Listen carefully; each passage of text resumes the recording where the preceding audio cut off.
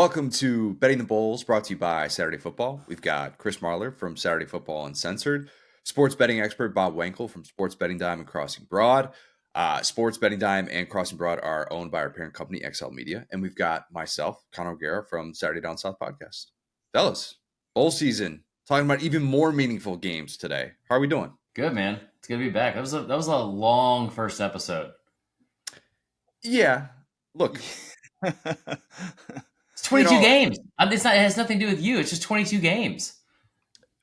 I can't even count to 22. So the fact that we made it through all those bowl games, a lot of great insights, by the way, on our first episode, which you can listen to now, available on a variety of platforms. If you're watching us on YouTube, thank you. Subscribe to our YouTube channel, Saturday Down South on YouTube.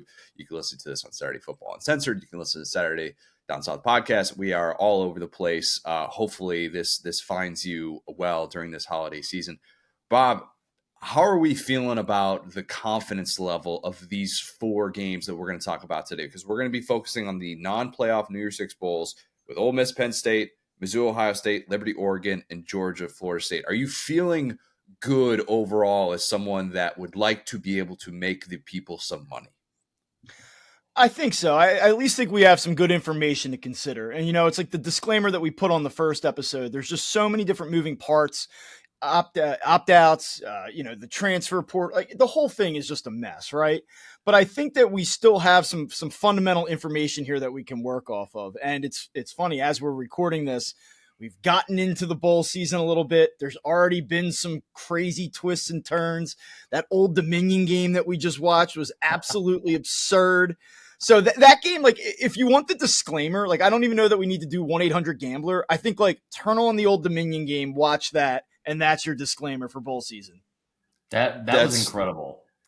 Exactly. Look, if bowl season is going to give us drama like that, you can throw all the opt-outs, transfer portal stuff, whatever. We'll take it. It's still going to be entertaining football. Absolutely here for that. So this is how we're going to do things today. We're going to do pick against the spread, or if it's just a line that you do not really like whatsoever, you want to tease it down. However you would approach it, that's totally fine. We're going to give some thoughts on maybe how to approach this game from a confidence pool standpoint, which those things are really fluid. Thank goodness. They're very fluid throughout bowl season as we learn new information and stuff. And we are also going to be talking hopefully about as many props as possible. And I realize that Bob and Chris, you guys have tried to do the Lord's work and find the most juicy props for these games. As of this recording, there are a lot that are not available. Marler's showing his piece of paper with all of his notes with his above average penmanship. So we will get to all of those as well and just talk about the ones that are interesting. But a reminder, before we start, you must be 21 years or older to gamble. Please gamble responsibly and within your limits. If you need assistance, please call 1-800-522-4700. Guys, let's start with the Cotton Bowl. Number 9, Mizzou is a 2.5-point favorite against number 7, Ohio State. That game being played on Friday, December 29th at 8 p.m. Eastern on ESPN. Mizzou being a 2.5-point favorite. Gosh, Bob, that feels really, really telling that Mizzou is the favorite in this one. A little bit, yes, but we didn't start there. Ohio State actually opened this game as a 6.5-point favorite. So we've got a 9-point swing going into this. And I know a lot of people like to bet off of that line movement. And if you do, this is about as dramatic and drastic of line movement as you're going to see during this bowl season. But there is a reason behind it. And if you guys want to dig into that, we can in a minute here.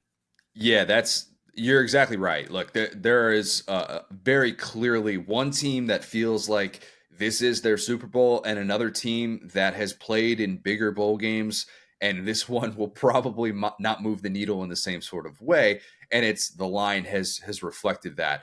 The Mizzou defense might be a little bit banged up, but could actually be getting healthier in certain spots if they get Hopper back.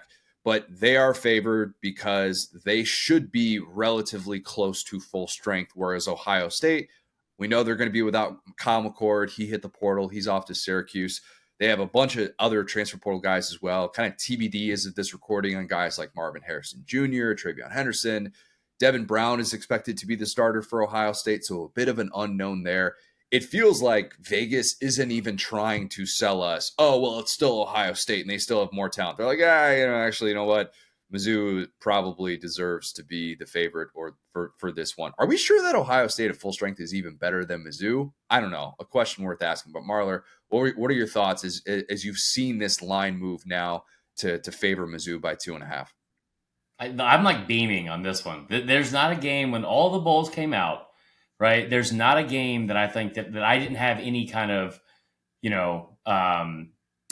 like anything emotionally invested into, I'll say, that stood out more to me than this one. Because I think that like it feels almost like a group of five versus power five matchup. And Mizzou fans, before you get mad at me, just hear me out here. It's like, I think that there's so much that could be a program builder, a massive, massive win, and in a really, really good spot for Mizzou. And it just so happens that Mizzou is a Power 5 team that is one of the, I think, top 10 teams in the country and has been all year. A 9-point swing on the line. Like, I would have loved to jump in there at Mizzou plus 6.5. I just thought from the beginning, this is one of my favorite potential spots for a team like in the SEC, especially like Mizzou, because it's a team that's been underrated all year. They refuse to be respected. It's like a substitute teacher. I feel like they just refuse to respect Mizzou every single year, especially in the SEC. I love this spot for them. I think that they are in a really, really good spot. I think bettors are in a really good spot to make some money off of them. Bob, is there any world in which you could talk yourself into taking the 2.5 for Ohio State, or is it just too impossible to ignore line movement that drastic? Yeah, I think that you certainly have to consider the line movement element of this. If you're like trying to dig into trends or just something to latch onto to play Ohio State, Missouri does struggle typically in bowl games. They struggle in December to cover in general. 4-16 going back to 1992 against the spread. Missouri is. So I mean, like, you can look at it and say, well, program historically, there's not a lot of confidence there. But I do think that this is a different year and a unique situation, one that really favors Missouri. They were good against the number all year, 8-4 against the spread. And like Chris said, I think that this is a situation where you can really do something from a program perspective and going in and winning this game. So I think situationally it sets up very well for them. And I do think that they've sort of been undervalued and to a degree disrespected. Like, I'll even tell you, like, I bet the game back November 11th, Missouri, Tennessee. I liked Tennessee going into that game. I thought Tennessee was going to drop 40 points on Missouri that day. And I mean, Missouri dominated the 36-7. It was non-competitive from the jump. It was one of those games where immediately 5 minutes in, you're like, I've made a horrible mistake. And Missouri has kind of been able to do that to teams and opponents all year. So I look at this, and I'll give you one more. You talk about historical, trends and data. Ohio State's 2-12 all time in bowl games against the SEC. Say it again, Bob. I hate Ohio State in this game. I love Missouri, so I'm very much with Chris on this. Yeah, Mizzou is also, if you look at the schedule and the way that it's played with every team on that schedule, and the most talented teams on their schedule, they covered against Georgia, didn't win that game, lost by 9. They walloped Tennessee, as you just mentioned, and then the game against LSU, they should have actually covered in that one, if not for a backdoor cover by LSU with the pick 6 late. So any argument that Mizzou is sitting there just like, hey, you know what, there's a reason why they're kind of in this spot where they're only a slight favorite. No, they've actually hung with very talented teams and have looked like a much different Mizzou team that we've seen throughout most of the playoff era, with the exception of that first year when they won the SEC East. Marler, I know you love that first half. You love that. Can you drop that stat for us? Because I feel like I've been as all in on the Mizzou thing for a while. And when you told me this stat, I paused and I'm like, wait a minute, really? Is that right? But it speaks to just how good and how ready to play this team has been this year. Yeah, listen, you've worked with me long enough to know that like sometimes my math gets a little bit, wonky. So it's right to make sure that like to double check this. But when I look at bets like this, and we talked about this in the last episode, I love a good first half bet. Some of the best value you can find, I think, is a better, in my opinion. First half bets, first half team totals, team to score first, things like that. And when you look at Mizzou, one thing about Eli Drinkwitz and that staff, they've been really good on script, right? So when I first looked at this, my first thought was, let's look at see like what they've done or what the number is for them to score first. It's Mizzou minus 120, because Ohio State is really good at a lot of things, but one of them is not really starting out early. And as Bob mentioned, they have struggled tremendously against the SEC. Then you look at Mizzou. They scored first in 9 of their 12 games this year.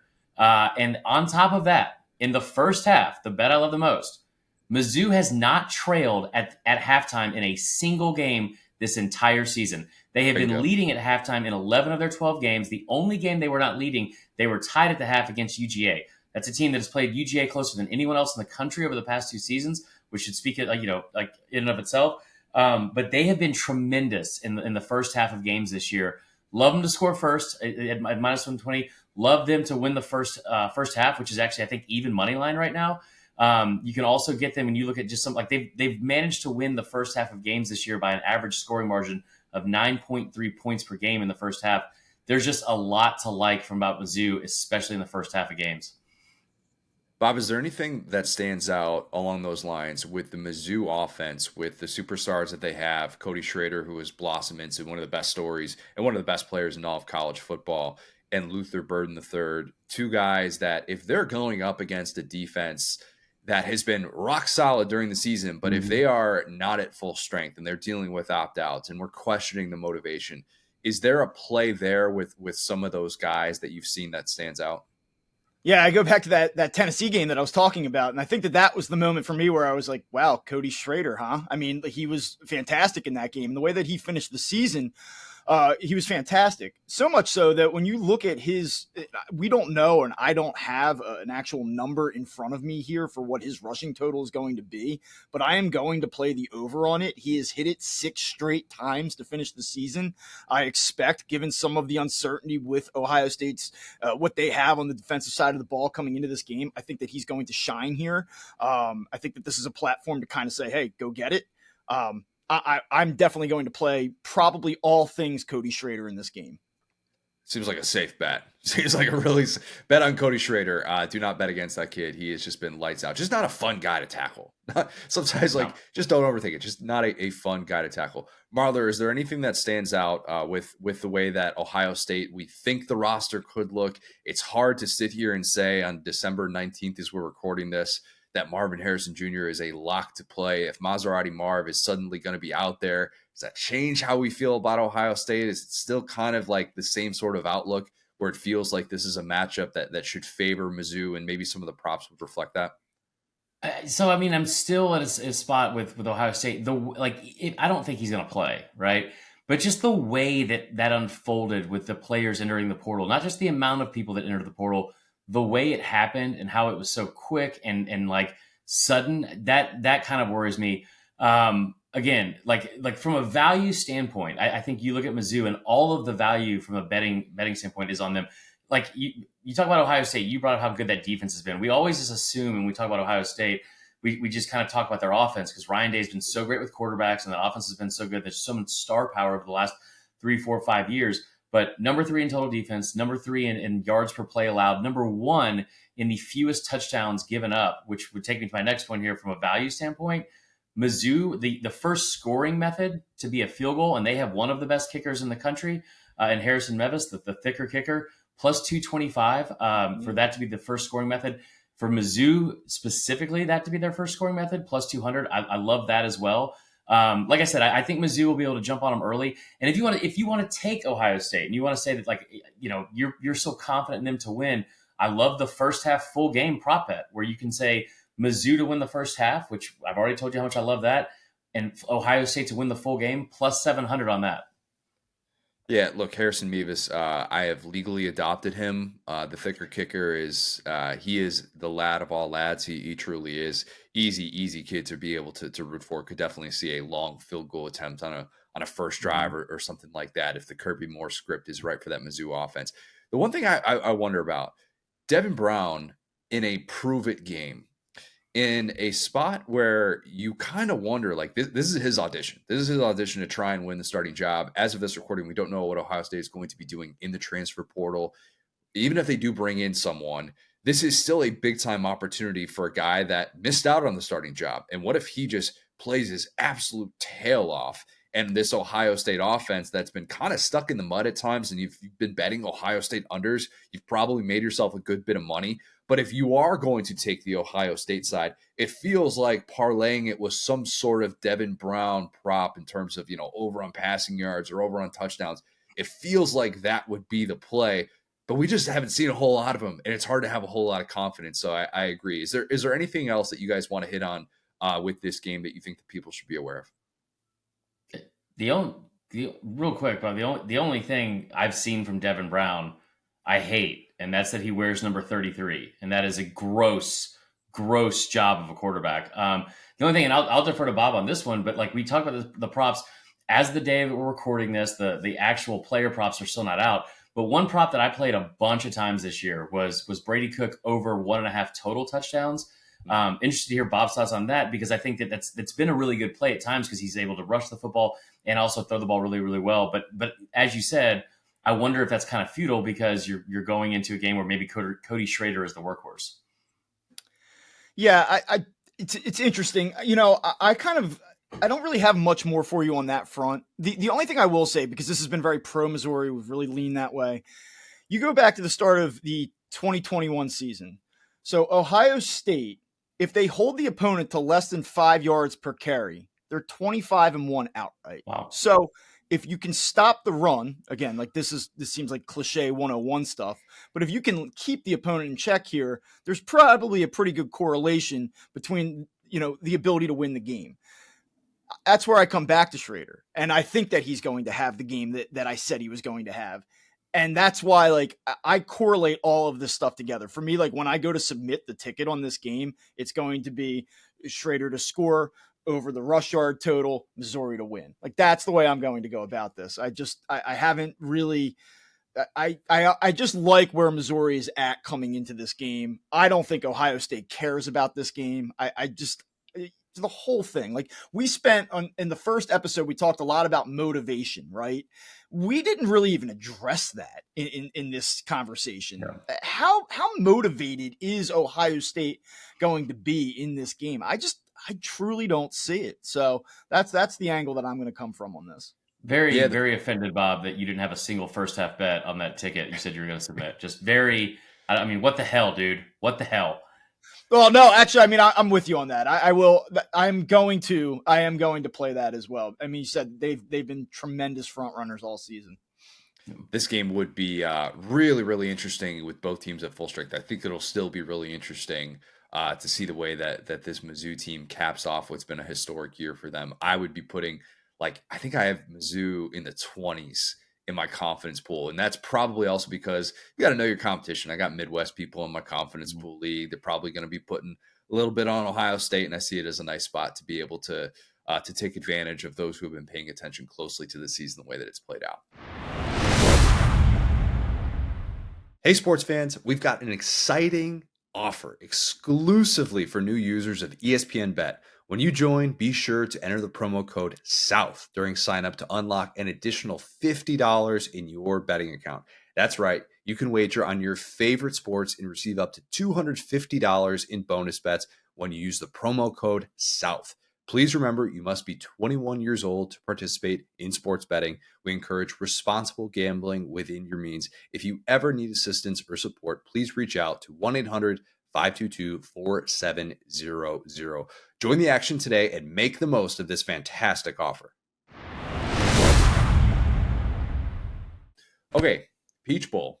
Let's go to number 11 Ole Miss, number 12 Penn State. Penn State is a 4-point favorite in this one. That game Saturday, December 30th at noon Eastern on ESPN. We have no New Year's Eve college football bowl games this year, as weird as that sounds after the playoff era has just been littered with them. I personally love this game. The Peach Bowl is the absolute best. Shout out our guy, Kerry Stoken, who runs this thing, does a great job with that each and every year. Marla and I love eating way too much Chick-fil-A at this game. I love that we've got two teams that have a lot to play for. As we're talking about motivation, this matchup should have two teams that want to show the world, hey, you've put us in this tier 2, and we're going to go out and win a quality game to show you that we're better than what the naysayers would say about us. That seems like a very easy motivation, anti-rat poison, whatever you want to call it, for Lane Kiffin and for James Franklin. but Vegas still has Penn State as the 4-point favorite, despite all the instances in which I banged the drum for Ole Miss. Does there feel like a spot for you to get in with the Ole Miss getting 4, knowing that Penn State has played in a lot of these low scoring type games? Bob, let's start with you on that. I know this is your region of the country as well. Penn State's got to be right in the wheelhouse for you. How are you feeling about Penn State being a 4-point favorite? Well, you look at their performance this year against the spread and as a favorite, and we'll dig in a little bit here. It is very good. They tend to excel as a favorite. They've played very well late season in some of these bowl games. But there is a little bit of and I know that you guys are dialed in on the SEC. I know that you really are taking a broad approach too in terms of how you cover this stuff. Here in this area where I'm in southern New Jersey, about 5 minutes outside of Philadelphia. There's a big Penn State presence around here. The patience has fully run out with James Franklin. How many times can we get up for a big game, whether it's Ohio State, whether it's Michigan, and just fall flat? And so, we talk all the time about his ability to recruit and, the enthusiasm and, building a program and setting expectations. And then they just can't seem to kind of get over the hump. And it leads you to games like this where, you get a good matchup. It's a compelling game. They've tend to show well in these games. But, I think that there's always a but with James Franklin and his teams. Very hard to bet on. Marler, do you find yourself being more so intrigued about getting 4 with Lane Kiffin, knowing that Penn State could have some potential issues with the coordinator spots, knowing that they've got co-OCs calling plays after the midseason firing? Manny Diaz is off to Duke, so you've got multiple guys calling plays there. No Chop Robinson, likely going to be a top 10 pick in the draft. Like, is this a spot in which you'd say, yes, hammer Ole Miss +4? So I don't want to say hammer Ole Miss +4, but all the signs and the writings on the wall that that's not a bad play. Like you're going to hear me almost regurgitate everything I just said about Mizzou into this game, because Penn State, great against the spread, as Bob said, 8-3 against the spread this year, really, really solid. But where have they struggled? They've struggled in big games. They've struggled especially in the SEC. In, I think, 8 of his bowl games at Penn State, James Franklin is 0-3 against SEC teams. And I've seen him lose to much worse SEC teams in bowl games, which I know maybe historically doesn't have as much of an impact on this year.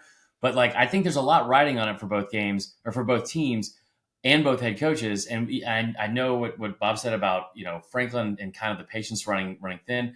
Kiffin is kind of the opposite, where everyone, he is riding high right now. He's in his element. He's got the portal going. He's about to sign a really good class. He might sign a kid from the portal on the sidelines. I have no idea. He might live tweet this game from the sidelines.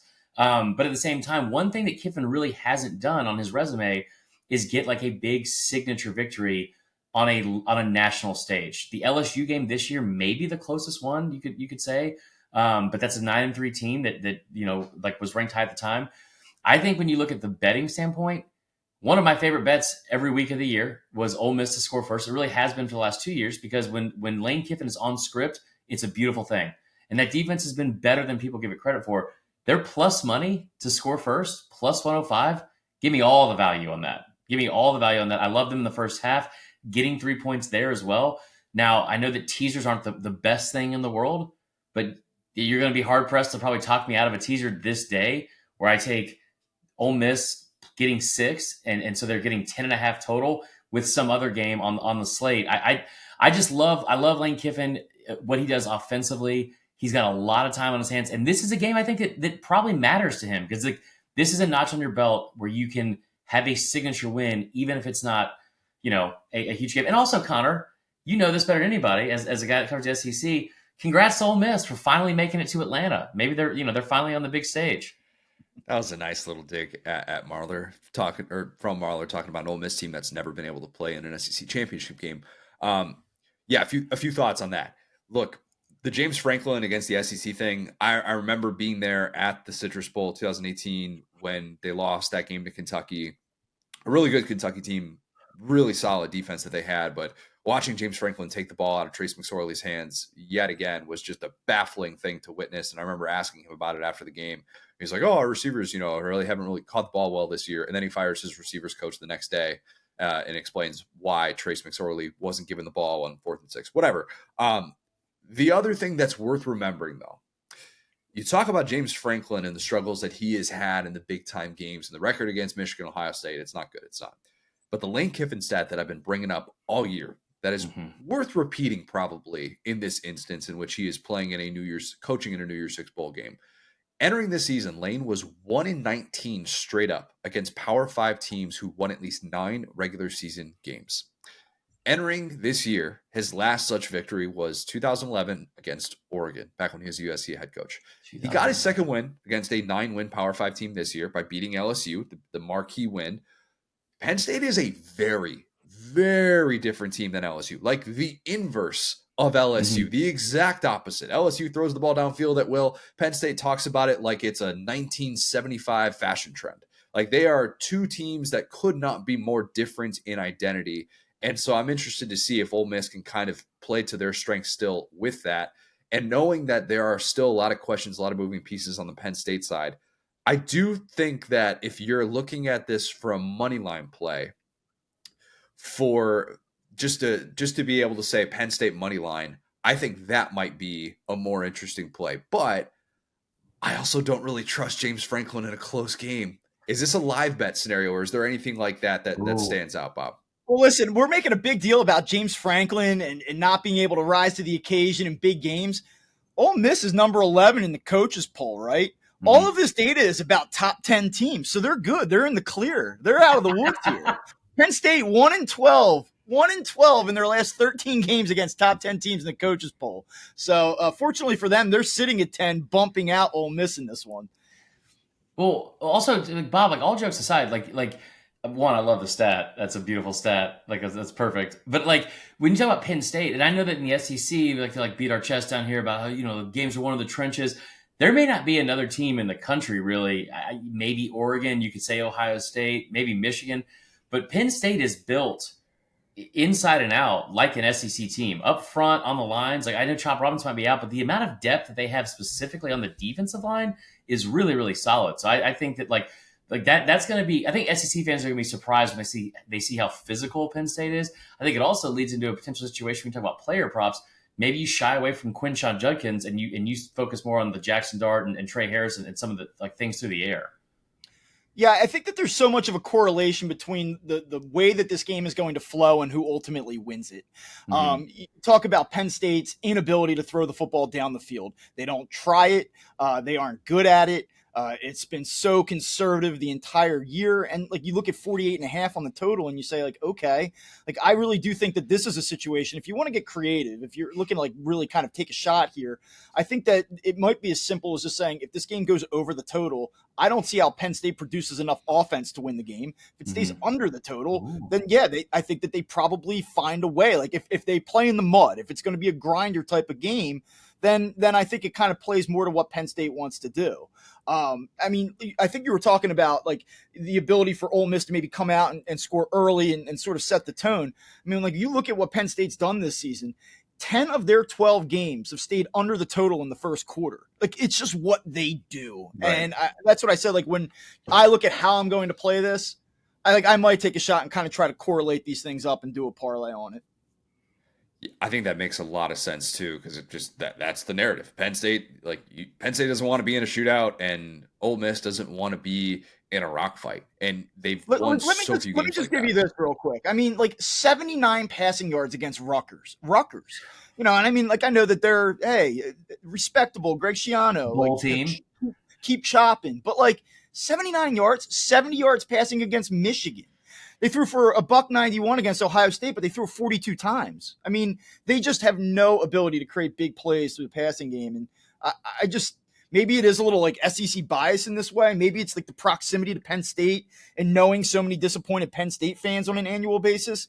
But like I just look at it and I know that Lane Kiffin, based on what you guys are talking about, has a lot of shortcomings in these higher stakes games against better opponents. But I can't bring myself to bet on Penn State in this game. And that's knowing that they're 9-3 against the spread this year, 9-1 against the spread as a favorite. Like they excel in these spots, this year, but man, I just can't do it.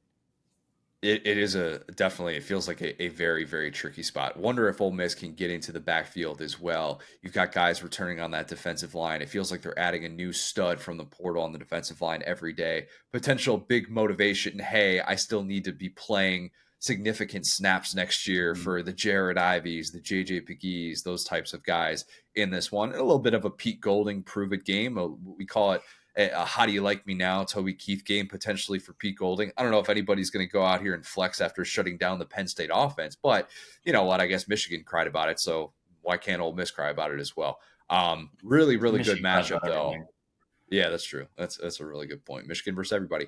I do have a little bit more of, even though I feel like we know these teams really well, I think it's tough from a confidence pool standpoint for all the things that we just brought up, because you're probably going to feel dumb either way if you're like, oh my God, why did I put significant confidence pool points on James Franklin in a big time game that could be relatively close? And then you could make the same exact argument for Lane Kiffin. So to me, this is more kind of a lower confidence pool type game. It's okay if sometimes you have teams that you feel like you know well in a confidence pool, and you're still looking at it like, man, this could be a really tough spot, even though I do think Ole Miss is the better team. Marler, any thoughts on that? From the confidence pool standpoint, one of my favorite things about this show so far has been you taking all the lead on that, because I mean, you're asking me to budget numbers. I don't do that well financially. I don't do well with my carbs or calories. I can't do that in a bowl pool. I will tell you this. I do love Jackson Dart over 1.5 total touchdowns. Again, that's passing and rushing if you can find both, because this is a situation where I think that Penn State is going to be able to key in on Quinshaw Judkins. Like, Judkins is a really good back, kind of takes a step back this year compared to where they were last year. I also think that in physical matchups, Jackson Dart, hands down, I can't scientifically prove this, but he's the toughest Jackson, with the way they spell Jackson, I think maybe in the world. Like, nobody with Jackson with an X and an S is as tough as this Jackson Dart. I mean, that bar is set very low, I think, but like, he's been very, very tough and a gamer in a lot of physical spots. This is gonna be a very physical game. I think watching him out of the backfield, being able to run on some of these, like RPOs and stuff like that, especially close to the goal line. Saw it against Bama. Saw it a couple times, I think, against LSU. I think he might have a good day with his legs too. Yeah, over under 1.5 times Jackson Dart loses his helmet with some sort of run. He leads college football in it. Yeah. Take the over. Drops an F-bomb as soon as it's off, just on national TV every single time. Yeah, happens to the best of us. Before we continue, a quick reminder, we got 2 games left here that we're going to be discussing today. A reminder that you must be 21 years or older to gamble. Please gamble responsibly and within your limits. If you need assistance, please call 1-800-522-4700. If you're gambling on the Orange Bowl, man, you got some dart throws on this game, guys. Where in Georgia, number 6 Georgia is a 14-point favorite against number 5 Florida State. This game, my God, there is not a weirder bowl game to bet, especially as we are sitting here recording this again, December 19th. And if you are unaware, let me just set the stage for you guys, because there's probably a million ways that we could go with this one. If you're unaware of some of the personnel things and maybe just looked at this matchup knowing, all right, FSU missed the playoff, it's like this Power 5 unbeaten, you'd be saying to yourself, oh, what an awesome matchup. And maybe it still will be, but man, there are just so many questions and moving pieces. Trey Benson, Johnny Wilson, Jaheim Bell, all opted out of this game. Not sure on Keon Coleman, Jared Verse, those guys. Jamon Dumas-Johnson, he hit the portal for Georgia. We know that Jordan Travis is out. The selection committee knows that Jordan Travis is out. We know that Tate Rodemaker is playing in this one. As of this recording, we don't know about Brock Bowers. We don't know about Ladd McConkey, both of whom very much less than 100% in the SEC championship, have NFL decisions to make. Yes, Ladd McConkey has an NFL decision to make, not obviously in the same breath as Brock Bowers, who may or may not be human. The good news, though, and I want to tee this up for you guys, and this is maybe the most important bit of news that we could have gotten before doing this recording. We found out on Monday, December 18th, that Carson Beck is playing in this football game. That's about all we got at this point. How in the world do you look at a 4-point spread? Marler, let's start with you. That line actually hasn't had a ton of movement, and maybe it will as we get more and more opt-outs leading up to this. Listen, as the noted Alabama homer of this podcast, this company, But also, I feel like it's pretty rational. Let me just apologize to both these teams for ruining your season. For one, that like Florida State being out of the national championship playoff is like, even as a Bama fan, it doesn't sit right. It's just gross. It's gross. I think that Georgia being you said a 4-point favorite. 14-point favorite. I was 14 going to point say, favorite. I was like, dude, I'm jumping all over that. I do think this is interesting because you could look at this from a number of ways. Like both teams have a ton of opt outs. Georgia's opt outs, you don't see a bunch of starters. I feel like, and you don't see this mass exodus as you see at Florida State for I think very different reasons. A really tough situation to like.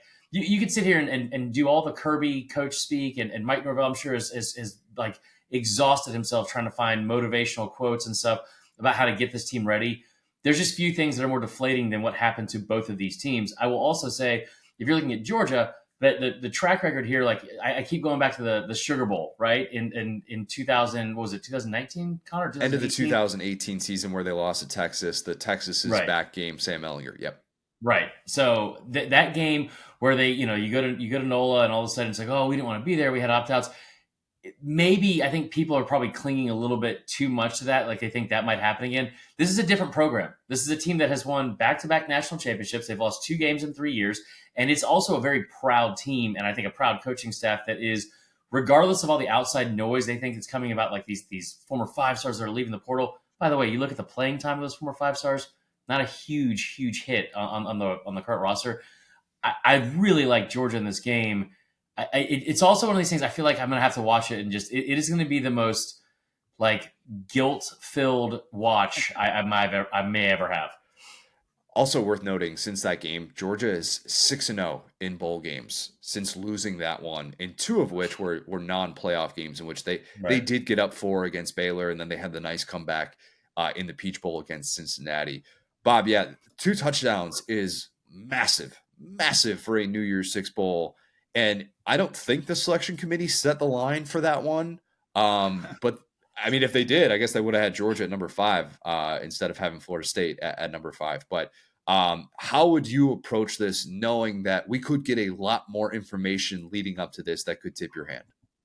Yeah, I mean, as we talk right now, I pull this line out sometimes, and it often will make me look like an idiot, but I do go to it time and time again. And I think there are certain situations where the line or the spread tells me all I need to know. And I think that this is a very revealing point spread.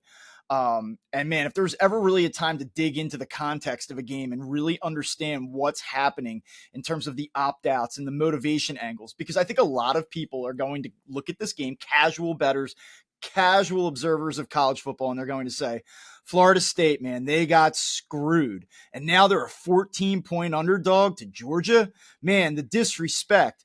I bet you they're going to rise up and show everyone what they're really made of. And like, that's just not what this is, unfortunately. I mean, as much as I would love to watch a game with that angle and that storyline and have the networks be able to sell that to the audience, it's just really not what's going on here. I think that this was we gutted it out against Louisville. We did our job.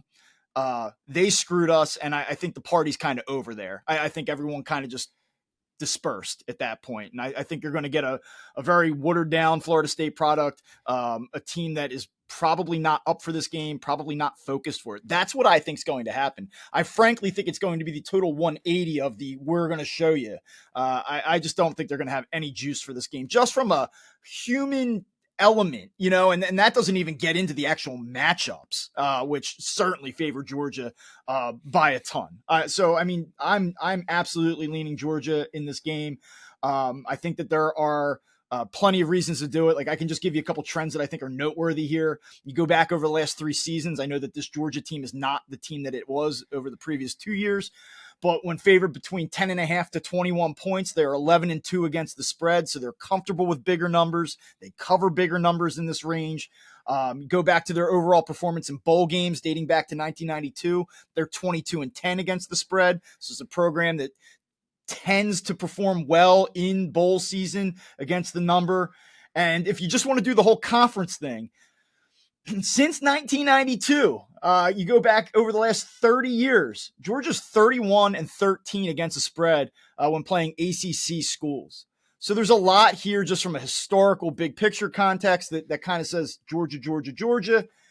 And I just can't get over that Florida State game in that conference championship. I mean, 3-0 at the half, 2.6 yards per attempt through the air. They ran for under 4 yards per carry. Like, this team is not going to be able to run with Georgia.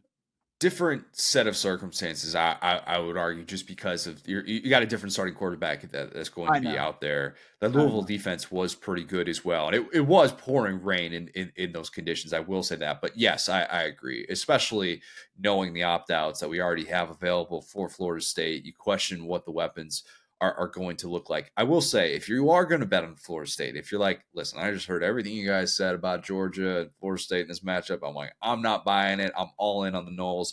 I've got like 6 people that live in my cul-de-sac that I bet will be betting on the Noles as well. If you're just sitting there like, I'm gonna bet on the fact that Mike Norvell has won 19 games in a row because he knows what he's doing. He will just figure it out. There is a part of me that wonders, get in on this now, because if Georgia has these opt-outs and if Carson Beck gets into a spot where maybe it's reminiscent of Jared Stidham in the Peach Bowl against UCF at the end of the 2017 season, Jake Fromm in that aforementioned Sugar Bowl against Texas at the end of the 2018 season, Kyle Trask in the bowl game against Oklahoma where he threw 3 picks in the first quarter, where it's a quarterback who returns that you feel good about, but all of a sudden you're looking around going, maybe he doesn't have what he's used to having, and it shows. There is that possibility, and I think maybe that's more interesting from a live betting standpoint than to look at it from the onset, because of all those things you just mentioned. The deck is still stacked in Georgia's favor, especially if Florida State is not approaching this like, oh, we're going to declare ourselves national champs if we win this game, which is just a thing that you do in the state of Florida. Marler, your guy. You've been close to Florida State all year with Tyler. Mm-hmm. What's his confidence level as a bettor and as a fan? Because I feel like that can almost tell the story for those that are feeling like this is a really good spot to get on a lot of different things for the Noles. I wish I said this earlier. We should have just had him on so he could speak for himself, because I love Tyler to death, and I don't think that I'm out of line for saying what I'm about to say. But I mean, he's been emotionally broken since that announcement from the committee. And, like, it's somebody that's been emotionally broken since 2017. I get it. Like, I fully get it, guys. I mean, like, what do you want him to do? I think from a confidence standpoint, this game on paper 5 weeks ago has so much to like about it. But now where it's at, it's like this, I don't think it sucks. I think that Florida State's still in a good spot with like a couple of things that they could possibly do. Like, again, I'll go back to my go-tos, right? Like, Florida State to score first. It seems like it's not after what we witnessed in the ACC championship game, maybe not the best bet, but at plus 160 there's value there, especially to a Georgia team that has given up a lot of, like, they have let their opponent score first in a lot of games this year. So I don't think it's that bad. But to cover 14, I just think with where these two programs not even are trending, but where they are right now, I think the pride standpoint is so much more on Georgia for this one, to kind of sit here and say, like, listen, like that team won 29 straight games. 29 straight games. They lost on a neutral field by 3 points to Alabama, and it's their second loss in 3 years. And they dropped from 1 to 6. Like, there's not a better motivator in this country, I think, than Kirby Smart. And I think he'll be able to do that as well. I will say, from like the betting standpoint and the positives from Florida State, one area that I would look into from like a player prop standpoint, Johnny Wilson and Keon Coleman, like their totals for the ACC Johnny championship. Wilson opting out of this game. Just a heads up. Right. But Keon Coleman TBD on whether or not he's going to be playing. Somebody that's widely considered a first round prospect for this game. Sorry to interrupt. No, you're fine. You're fine. What I was trying to say was those two played their prop bets for just the ACC championship game. 47.5 total yards for Keon, 52.5 for Johnny Wilson, or maybe it was vice versa. Obviously, like you said, Wilson is opting out of this one. If Keon Coleman plays, he is going to be the go-to guy. Jaheim Bell's not going to be playing as well. Tate Rodemaker, I think, is a quarterback that, like, he's not in the best situation, but that's a Georgia secondary that has struggled at times this year. And I think that if Florida State is looking to go somewhere to try to attack this Georgia defense, that's where you do it, is in the secondary. I would think so as well. That could also turn into a spot where Georgia, with the over-the-top help, if they're trying to pick on Malachi Starks, that might not be the best formula either. Who knows what this Florida State offensive game plan is going to look like? We might not truly know what their objective is against this Georgia defense. It's still very talented Georgia defense until they actually get out there and have to make things happen with what could be a new look type team. Any other thoughts on this one at all that you're looking at, Bob, that just kind of stand out that we can try and neutralize some of these moving pieces heading into this game? Yeah, I just have two notes here, and I didn't really know how to wedge it into the conversation naturally, so now I'm going to force it into the conversation. But Keon Coleman, we don't know if he's going to play. Right. Certainly the volume element, as Chris just said, he's going to become the focus. If he plays, he will get the football. But it should be worth noting that he stayed under his yardage prop in each of his last 4 games to finish the season. So I think, and this will lead me into my final point, I think what happens is you get these names and you start to say, like, well, this is a dude. I'm going to rely on him. I'm going to hammer his prop. And, the line starts to inflate, right? And you start to lose value. And so you look at Georgia. Georgia against the spread this season was 4-8-1. And that is not necessarily a surprise. I mean, they had a great year. They were right there. But this is what we see with champions. We see odds makers start to balloon against them. They start to inflate against them. You look, just even go over to pro football for a second. Like, look what's happened to the Kansas City Chiefs this year. They've struggled to beat the spread. You take a team like the Eagles. They were 10-1. They're struggling to beat the spread week in, week out. So what happens is you get these teams, they win, they have a ton of success, and odds makers take advantage of that. And they tack a point or two extra onto these lines, and they figure people are still going to bet it, so let's get that value in our favor. So that's one thing to kind of be cognizant of. And Florida State was good against the spread this year, 8-5. So if you're looking for something to latch on to as a Florida State backer here, I guess be aware of that. I'll also say too, and I don't want to get your thoughts on this. The only props I really like on this one, I love this. I love the stat about Georgia being 4-8-1 against the spread, because as dominant as they've been, that is a team that I think Vegas made themselves a lot of money on this year, just with public betting on going on Georgia. I do like Florida State under 14.5 total points for the game. I think that's a pretty good spot because, for all the things we've already mentioned. The only other thing I could think of, if Brock Bowers plays, Connor, I should have done more research on this, but he has not opted out. He has not officially opted out. The last I had heard was that he is rehabbing ahead of this game, and that he is still trying to figure out what his next step is going to be, again, as of December 19th. If for some unknown reason this kid plays, and I understand that's a big if, even with how dominant he's been for most of the year, his total receiving yards prop bet has been in the 50s. Hasn't really trickled up over 60 at any point this year. I think the highest I've even seen is like 58.5. If he plays, I think that's a house, bet the mortgage type bet on him to go over, because one, he's been tremendous in the postseason his first 2 years. I understand it's very different considering that this is not a college football playoff game, but they are going to go to him. Even if it's just you're telling me he's going to be it's a send-off game. How many times have we watched Georgia this year first play the game in the SEC championship against Alabama? They get him out in space, roll out your quarterback, and get him to where he's open for a 20-yard gain. I think that if this is something that he does play, and you find yourself with a prop bet in the 50s of his receiving yards, I think you would hammer the over there.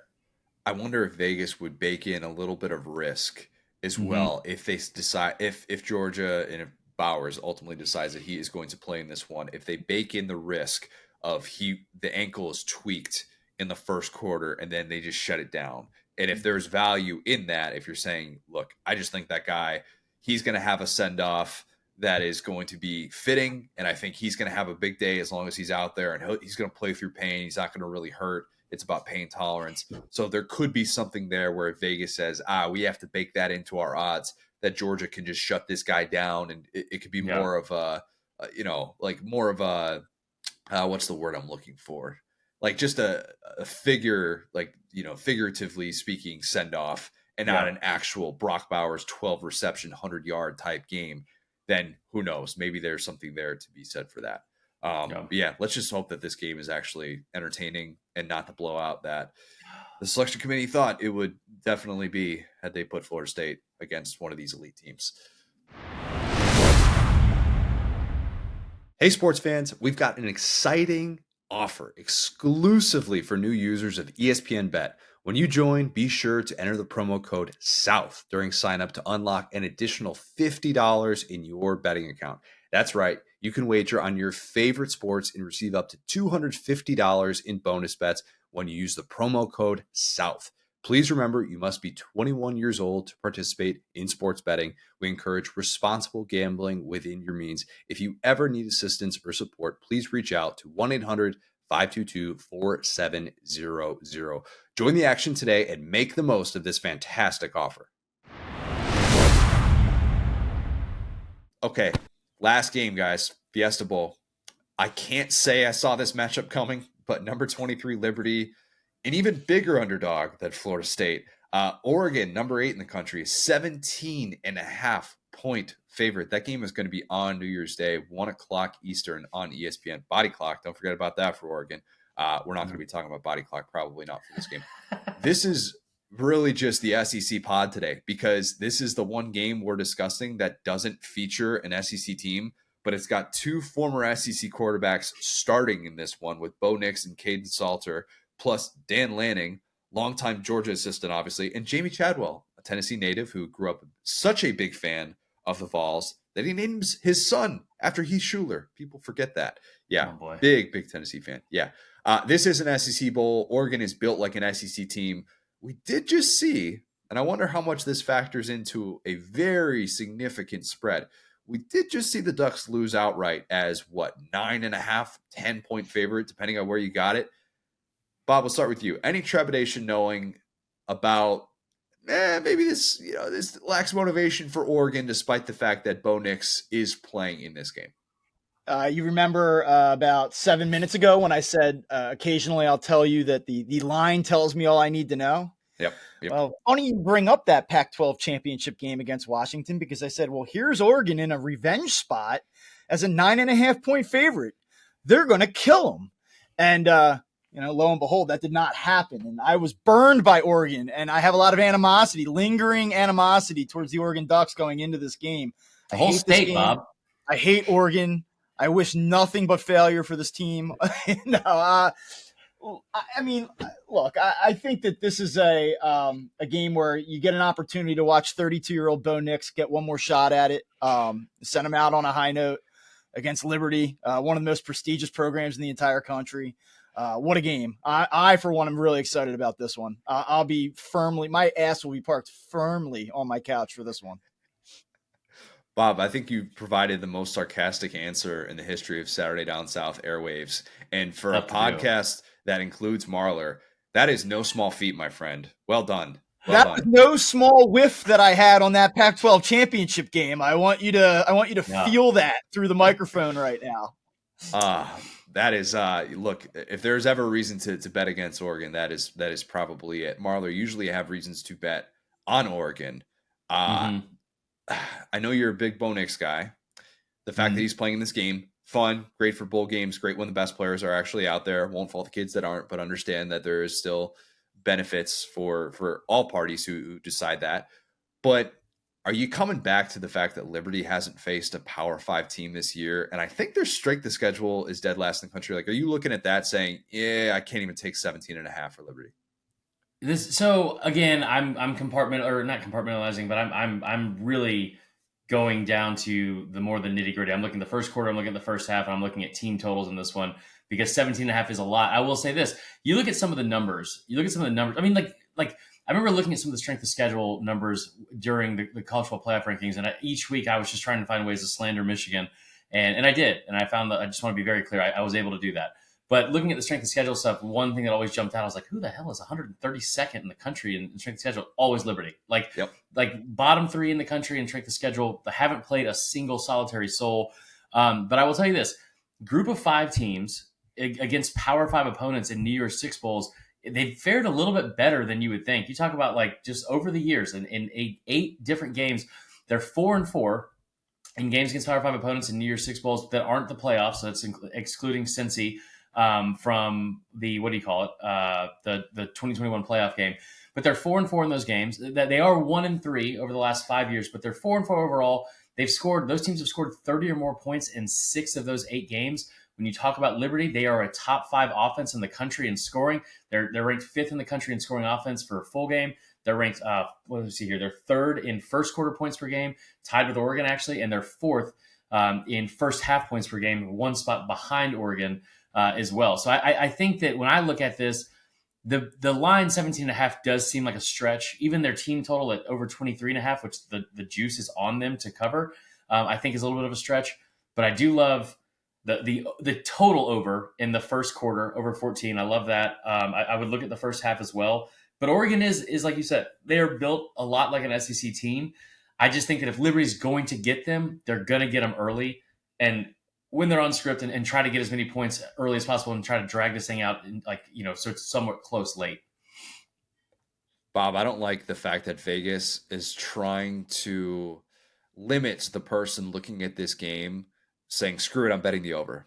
I don't like that they've already baked that into that over, which last I checked was 64.5, I want to say, for this one. Like 66.5 today. 6.5 is wild. Dang. Like this game should be that. And it should just be, for a lot of people, probably will be.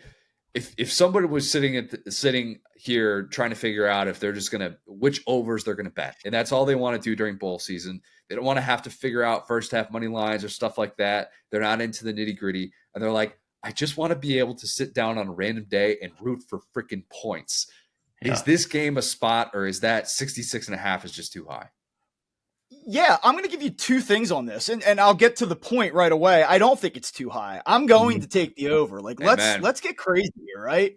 And I'm going to look at 2 different things that kind of relate to Liberty. Like, I know that Oregon is going to probably score at will. So really, when you're looking at the total, it's what can Liberty contribute to this effort.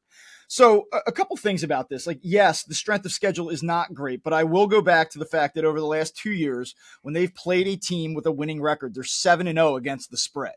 That's pretty damn good. Yeah. And it's something that I think you can kind of rely on and say, like, will they at least throw a couple punches? Like, we don't even need them to cover the spread here if we're going to go over the total. Can they just throw a few punches in this game? And so they've been pretty good against the number against winning teams. That's part of it. The other thing is just look at the way that they tend to pace and kind of have their games flow. So in their last 14 games, the over is hit in the first half in 11 out of the 14, and it's hit in the first quarter in 10 out of the 14. So they tend to come out hot. They tend to score early. And, I think that I'll probably do this a few different ways. I will probably take the first quarter over. I will probably take the first half over, and I will probably take the full game over. I think that that's the way to go about this. I don't really have a feel, if I'm being honest with you. I don't have a great feel for the spread in this one or the side, but I love the total. It seems like this is a really big spot for Bo Nix to just put up 7 touchdowns against the Liberty defense. And I think he's going to. Like, all my, Bo Nix jokes aside, I think that this is I applaud him for playing in this game. I do. I think it's awesome. I think it's good for the sport. I get why guys opt out, as you said. I'm not going down that, having that rant or anything, but I think this is great, and I think he's going to perform in this game.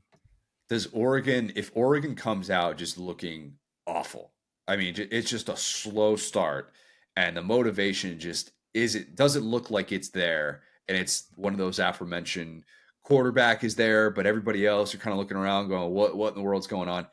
Is this at all a spot in which you'd be intrigued by a Liberty live bet for that line? Is it would probably come down? Like, let's say Liberty gets off to a 10-0 start or something like that. Is this a spot where it would be worth it to bet live, or are there too many other factors? You guys see how Oregon's moving the football. If this looks like Liberty is just kind of carving them up, how would you approach that if Liberty jumps out to an early lead?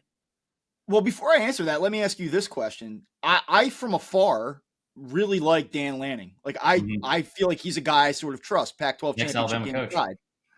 So I would be stunned if they came out and didn't have a little bit of fight right away. I would be surprised if the game flowed that way. So if Liberty did get out to a lead and that line shortens up and all of a sudden you could take Oregon 6.5 live, I would expect, given what I think about the coach and the coaching staff, to that be maybe a value play at that point. I was going to say, I think that One, I love the number you threw out there, 10-0. I love the first quarter over. Like I said, it's over 14. The first half line is maybe a little bit much. It's 10.5. But Liberty's team total and Oregon's team total for the first half. Again, these are two teams that rank third and fourth in the country, averaging almost 24 points per game in the first half of games alone this season. Like, they jump out early, and when they're on script, like, I like Liberty's first half team total over 10.5, Oregon's first half over 21.5. If you can get that in a book that's over 20.5 somehow, I think there's a ton of value there. I think this is for me, and I've lost a lot of money this way. But I will say that if you're talking about from a value standpoint, the live bet, for me, I just picture this. If it unfolded this way, I would be hammering Oregon the entire time, and that may be to my own detriment. I don't know. I will also say, going back to what I said with the Ole Miss game, if I'm looking for a teaser in this one, the 6 points, love the idea of getting Oregon down to 10.5 in this one, or 11.5, and covering that. I tell you what, Bob, cover your ears because you're an actual good bettor. But you get a 3-team teaser with 10 points on this one, and you give me Penn State, Ole Miss plus 14.5, Oregon down to 7.5, and then the over at 56. Take all my money. I love it. I am not that guy. I'm not all high and mighty and saying, hey, teasers are bad, parlay. Let's do it, man. Like, I love that stuff. Marler, how many parlays do you hit during the season that were at least, let's say at least a 4-leg parlay? How many of those did you hit? So I stayed away from 4-leg parlays this year. I stayed away from most irresponsible betting this year, to be honest. I had a really good year. I think the big picks energy. I think we were around 68% on the season. Wow. And it was again a lot of first half stuff. Sometimes playing it safe with like money line, but like I think if I'm taking a parlay, like it's mainly money line. You know what I mean? It's mainly money line that I'm throwing in there. There's a couple in here that you could see like working in the props, like maybe a team to score 3 straight times. I love Oregon to do that. So if you're talking about like maybe a prop bet that you can like you said bake into a parlay, I would venture to say I think that's a good bet. But yeah, 4-leg parlays for me, kind of a thing. I'm 37 now, Connor. You got to grow up at some point. Count Chocula, Peter Pan. I can't be doing that. Peter Pan, like peanut butter, right? That's exactly right. Yeah, that's what I thought. Yeah, look, I think if you're approaching this from the confidence pool standpoint, this game probably will not make or break your confidence pool unless somebody's getting really weird and putting only like 8 on Oregon or something like that. This is one of those games that will probably be in the mid to high 30s, and everybody will be kind of aligned. There's not a whole lot of bowl game spreads that are minus 17.5 in favor of a Power 5 team against a Group of 5 team. So don't expect to necessarily. There's not really a whole lot of other ways to play that unless you want to go really rogue and you just don't have a lot of confidence in Oregon. But still, that would probably be my suggestion. Guys, any other thoughts on this game before we put a bow on the non-playoff New Year's Six Bowls? The only other one I have here is player prop oriented. Again, we don't have the actual numbers in front of us here, but just something to be aware of. Troy Franklin declared for the draft. He will not play in this game. Tez Johnson, however, has hit his yardage total on the over in 6 of his last 7 games. I would expect increased volume for him in this game, so that would probably be a pretty smart play. But Bob, do you like Bo Nix? He'll probably be around 2.5, I would think. If they go 3.5, it's probably too much for me, but 2.5, I think there's a lot of value there.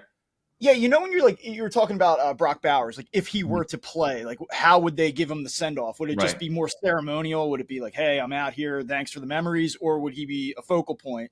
I think Bo Nix is absolutely going to be the focal point. Anytime, and they can quick strike from 50 yards out, and they're probably going to, but they get down inside the 10-5. I think there's going to be a lot of play action. It's going to be the Bo Nix show. They're not going to have 4 rushing touchdowns in this game. So I think that's a real wise idea. Screen passes look the same in the box score. That's what many people have said about Bo Nix's stats. Yeah, no. Look, I hope we get 4 good games out of these ones. And if we don't, oh well. That's why you're listening to this, and hopefully you'll have some sort of gambling interest. As I said before, a reminder, you must be 21 years old. Please gamble responsibly and within your limits. If you need assistance, please call 1-800-522-4700. Plan for next week for the 2 playoff games. We're going to be a little bit modified. We're going to be recording that on Wednesday. That'll hit your feed on Thursday. That is the plan, just because of the Christmas schedule, throwing everything off a little bit. You will still have several days to be able to figure out how you want to bet the college football playoff. And we'll hopefully have more props available to you guys to be able to kind of get you through some of those games if you are going to be placing wagers. But guys, that'll do it. We'll do this again next week. We'll talk about even more meaningful games. But yeah, appreciate it. And we will be back to provide more gambling assistance very, very soon. Enjoy the holiday.